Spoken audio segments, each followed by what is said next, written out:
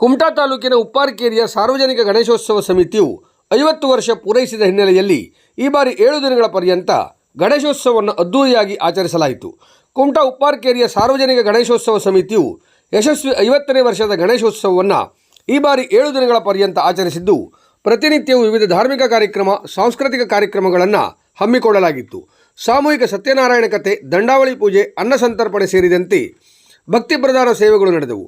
ರಾತ್ರಿ ಭಜನೆ, ಯಕ್ಷಗಾನ ಮುಂತಾದ ಸಾಂಸ್ಕೃತಿಕ ಕಾರ್ಯಕ್ರಮಗಳು ನೆರವೇರಿದವು.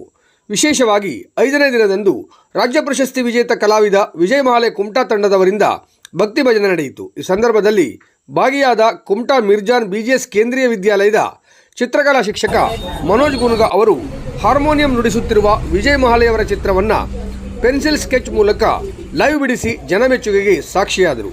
ಇನ್ನು ಏಳನೇ ದಿನ ಟ್ಯಾಬ್ಲೋ ಬೊಂಬೆ ನೃತ್ಯ ಆಯೋಜಿಸಿ ಭವ್ಯ ಮೆರವಣಿಗೆಯೊಂದಿಗೆ ವಿಘ್ನ ವಿನಾಶಕರನ್ನು ವಿಸರ್ಜನೆ ಮಾಡುವುದರೊಂದಿಗೆ ಗಣೇಶೋತ್ಸವ ಸಂಪನ್ನಗೊಂಡಿತು.